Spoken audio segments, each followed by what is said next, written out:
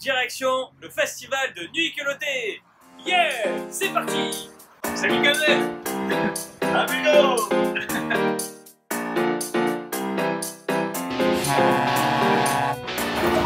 Salut William. Salut. Nous sommes à bord du Mercedes Minimob.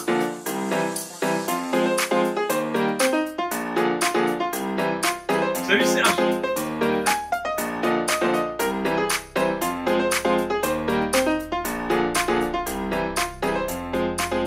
Salut Jérémy. Salut Bataille. Bienvenue dans la Drôme. On est bien là, on est bien. Ouais, tu longes un chemin de fer, tu longes des chemins de fer. 17.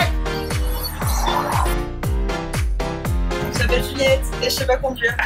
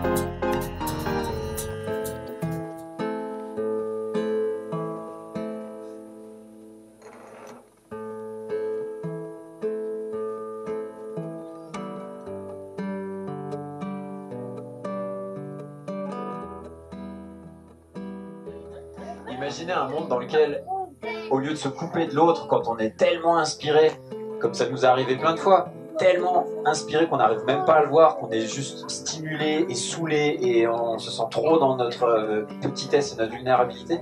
Imaginez un monde où on arrive à juste à reconnaître, waouh, ben ça, je trouve ça merveilleux, et de le témoigner.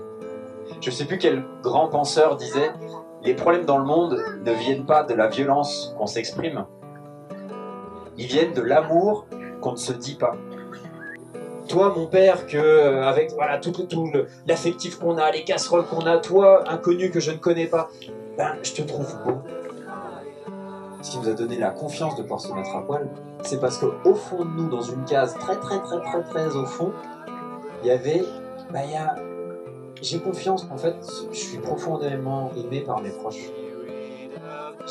On a eu la chance tous les deux d'avoir des parents très aimants qui se sont rendus avec aussi leurs emplois du temps, leurs contraintes, leurs joies, leurs passions, qui se sont rendus suffisamment disponibles pour qu'on puisse se sentir profondément aimé.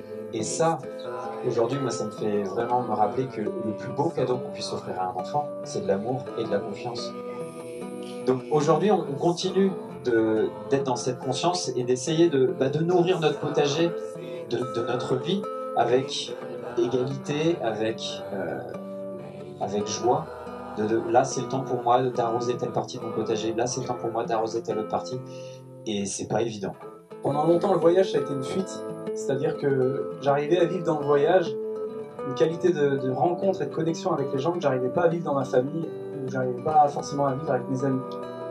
Et tout d'un coup, avec des inconnus, c'était waouh! C'est comme si on faisait page blanche, c'est comme si on était ouvert. Vous savez, quand on voyage, j'imagine qu'ici il y a beaucoup de gens qui voyagent, il y a cette fraîcheur du voyageur, il y a cette ouverture, cette curiosité qui amène directement dans les profondeurs de la relation. Et pour moi, j'étais assoiffé de ça. Et donc, effectivement, à un moment donné, c'était assez déséquilibré. J'étais beaucoup sur la route et très peu chez moi. On s'est rendu compte à un moment, c'est chouette de vivre des histoires d'amour avec des inconnus.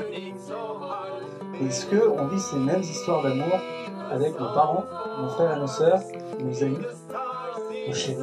Et là, on s'est dit, ouais, ça pique un peu, mais non. Non, on n'a pas cette même curiosité envers notre famille, envers nos amis. Et du coup, ça nous a invités à se dire, ok, stop, c'est chouette de vivre tout ça avec des inconnus, maintenant, il va falloir apprendre à vivre avec nos proches. Et là, c'est une autre paire de manches. Là, il y a une phrase que j'aime beaucoup qui dit quand tu dis me connaître, tu t'adresses à la personne que j'étais hier. Et c'est un peu ça avec les gens qu'on pense le plus connaître finalement.